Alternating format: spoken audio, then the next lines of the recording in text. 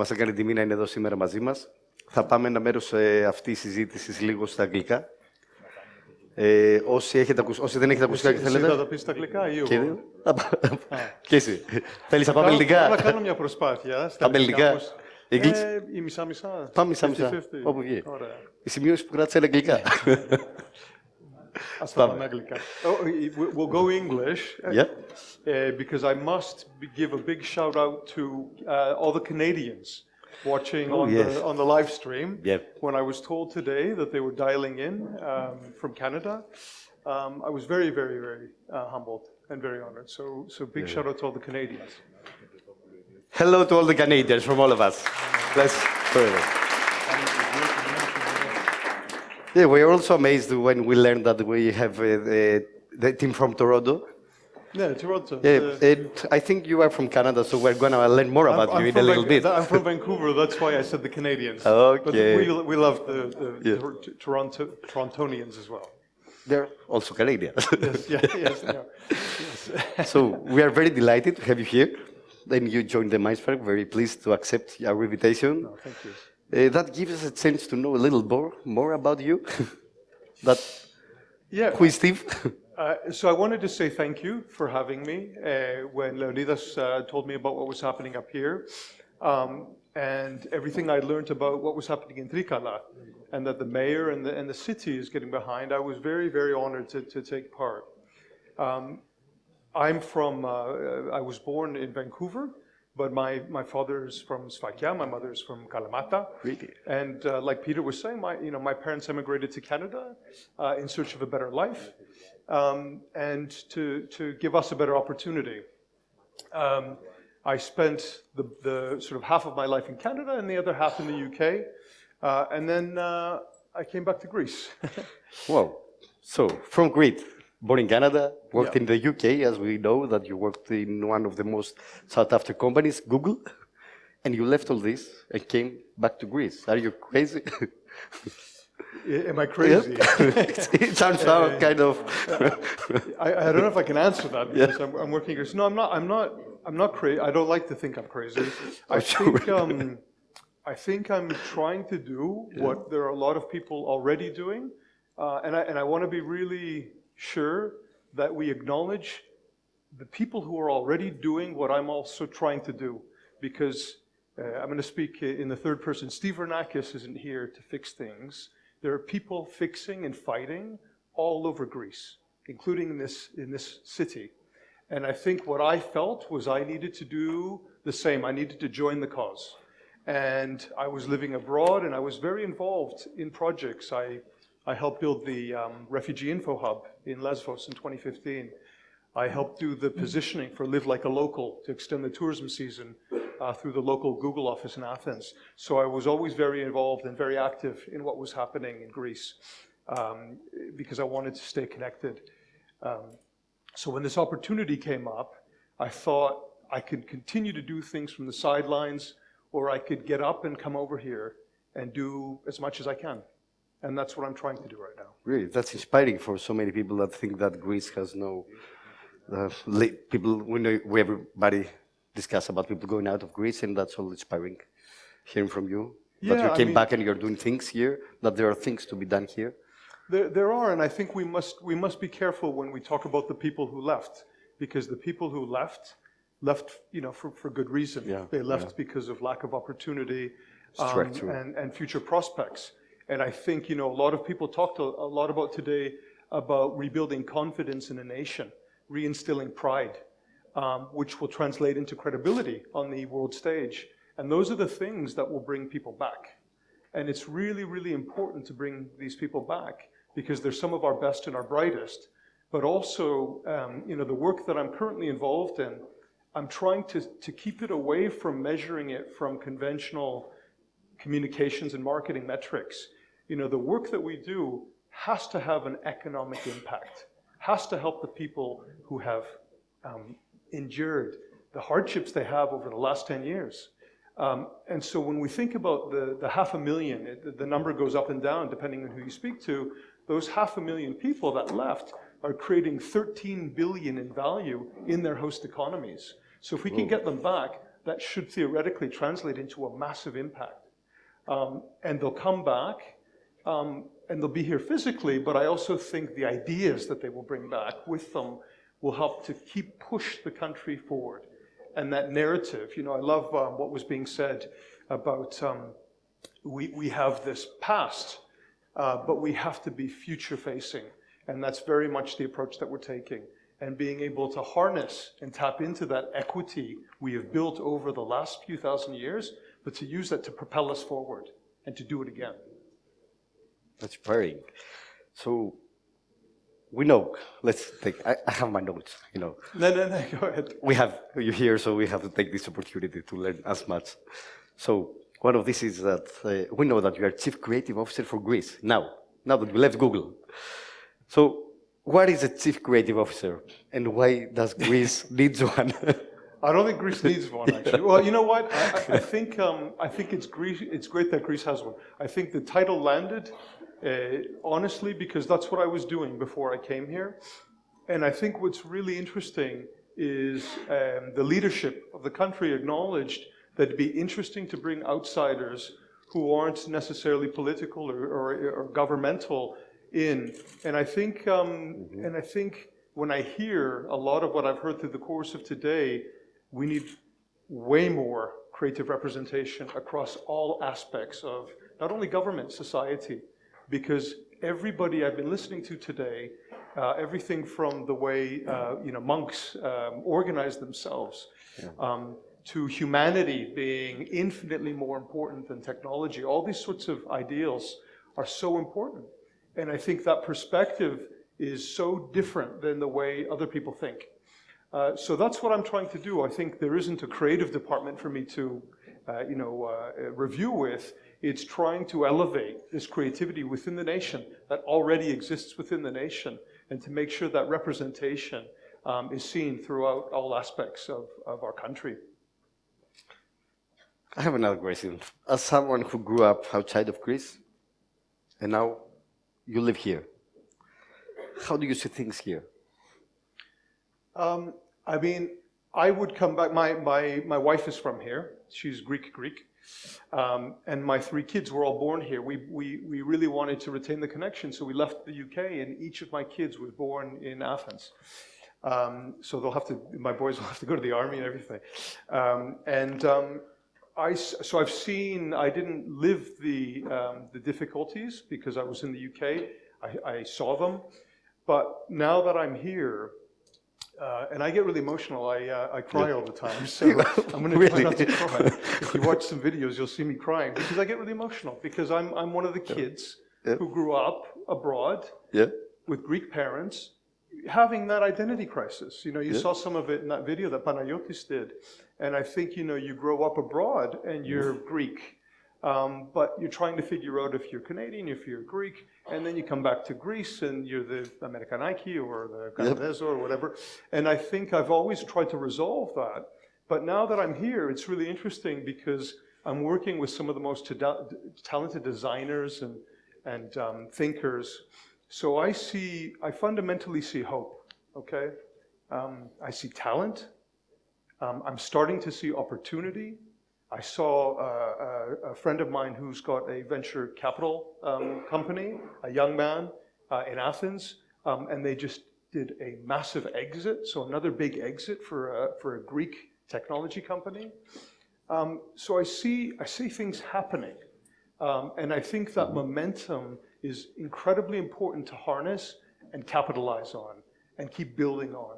Because as I said before, and it was said earlier today by a few people, when we can rebuild that level of confidence to a level where we feel we have that invincibility to do what we want to do and think we can achieve, I think we can do it.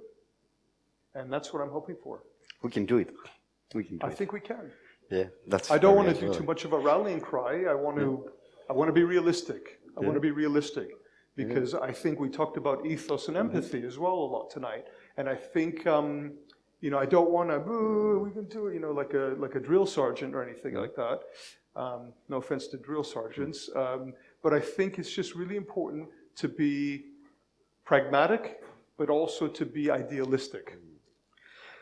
I think that things of can be done. It's one of what Peter taught us here in Greece. And I can reflect in Tom Katsoulas, we have a keynote speaker here, Neuron of Mindspark, that he said the difference between Greece and the States is that when in the States there is not something that can be done. It's I cannot do it, so we can find who can do it. And in Greece, he said that the mentality is kind of different. We say too much, as Peter says, it can be done. Have you seen this? Is it true also for you? So you mentioned Google, and I was very fortunate to work for this fantastic company, Google, for almost 10 years. And I learned very, very late in my career as a young creative person. I started to do the creative, and I was always doing the design. And then as I progressed in my career, I was a creative director. So I would direct the creative. And then as I progressed in my career, I became a chief creative officer. And I remember somebody telling me in the organization that, do you understand the difference of where you are now from what you are doing?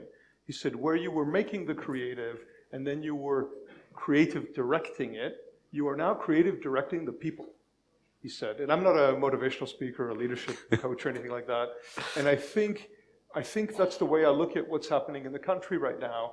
I think that the environment and the conditions to succeed are starting to show. Okay, as I said, I'm not a political player or anything.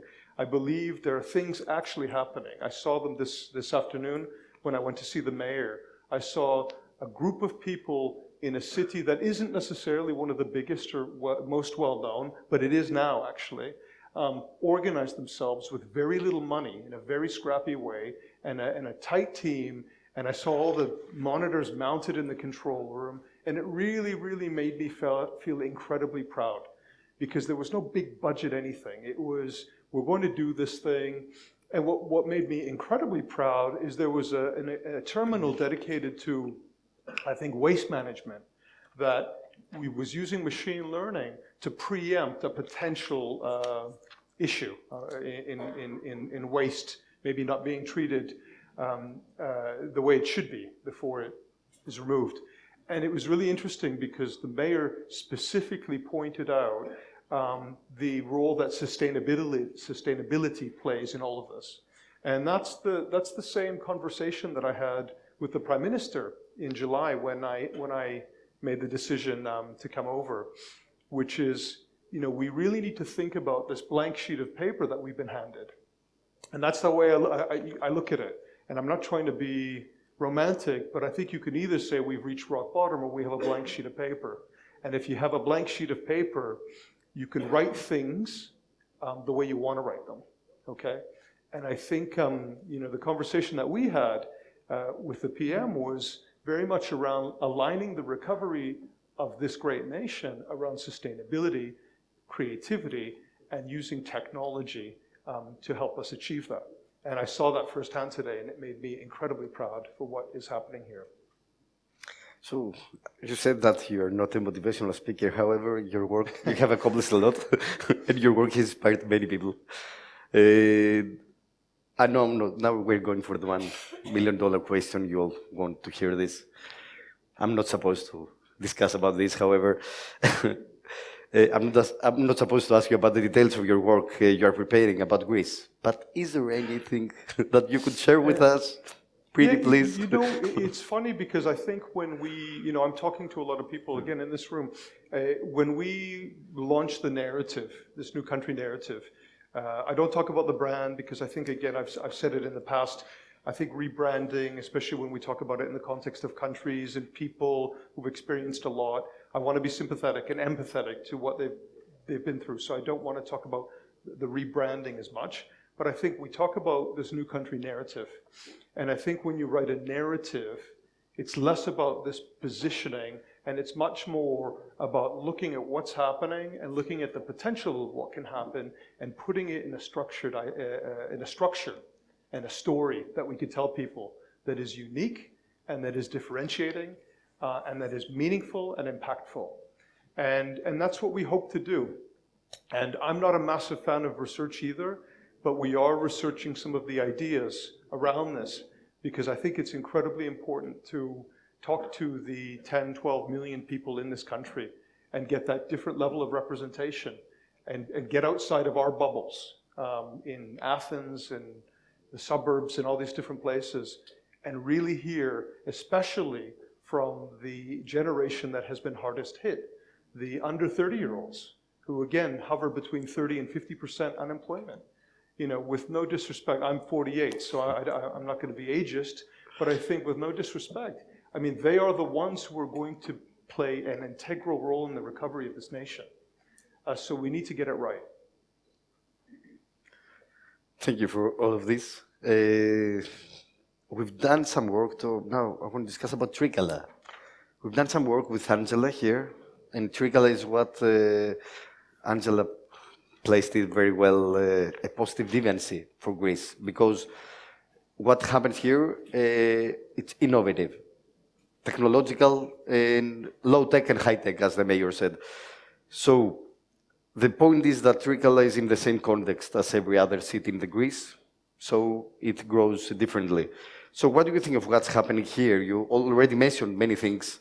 However, would you like to discuss more about this? It's funny because Trikala and the self-driving bus, the autonomous bus, which I know this because it's featured in one of the pieces of communications that we've created for this new national brand narrative, is the world's most successful driverless bus pilot. Okay? You may know this in this room. I'm not sure how many people outside of this room or outside of this country know that the world's most successful driverless bus pilot happened here. These stories, and there's a lot of them, are the things we need to tell people, okay? There's a lot of, as I said, things we've done over the last few thousand years. I believe that is happening again now. And I believe collecting these things and communicating them will help us with where we need to get to. So I think that is the basic structure of what we're trying to do. But I think, you know, we had this conversation, I think first 5G, first out of the gates with 5G, the Wi-Fi, the free citywide Wi-Fi. Yeah. When the sun came out today, this afternoon, it was phenomenal. It felt like Amsterdam when I was walking by the little canal, and people on bikes. And I'm an avid cyclist. I have a little folding Brompton from my commuting days in London. And I love my bike, and unfortunately, it's still very difficult to ride a bike in Athens down Kifisias, you know, when I try to go to work. It's tough. But it's incredible to see it. And when you create, again, the conditions, when you dedicate the bike lanes and you create the infrastructure for people to feel safe and get to where they need to go on a bicycle, guess what? They get on a bicycle. And we need to do more of that. So I think that was fantastic to see those things firsthand. And I think the ban on smoking, I don't smoke. Yep. And I remember when my kids were born here, after Saradisane, we took them out, and of course you'd go and you take them somewhere, and there was somebody blowing smoke in their face at a restaurant. Crazy. And the little 40-day baby was, you know, and it was embarrassing.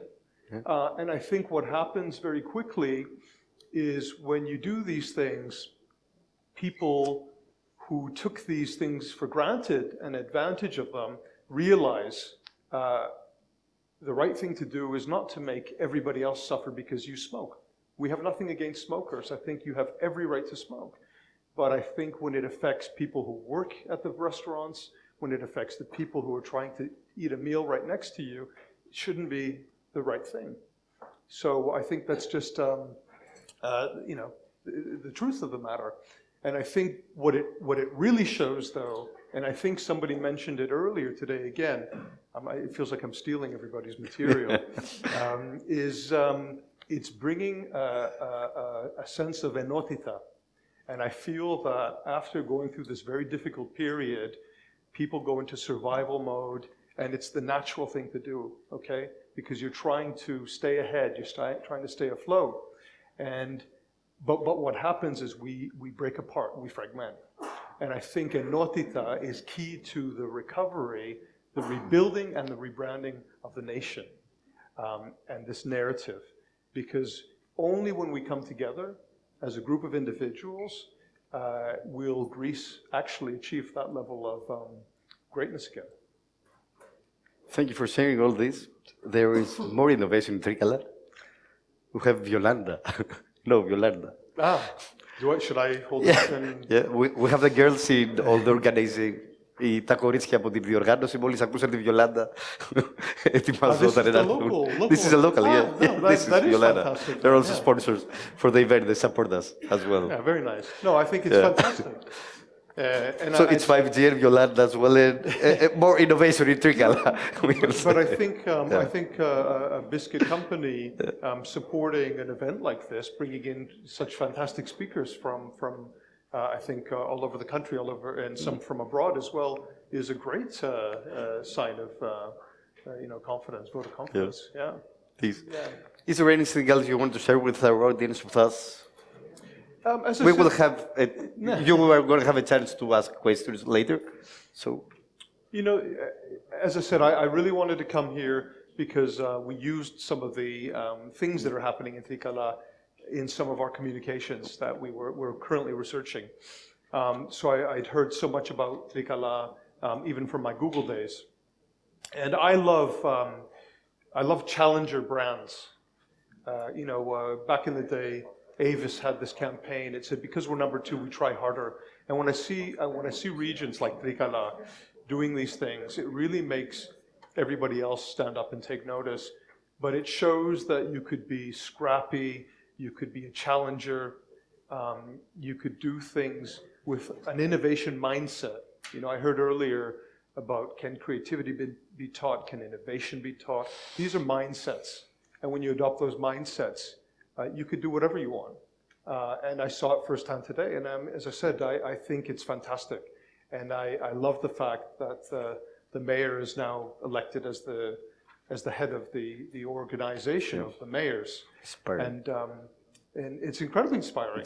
And I think using Trikala as this sandbox of experimentation and innovation and scaling it across Europe, not just Greece, is a fantastic thing to be doing. So well done.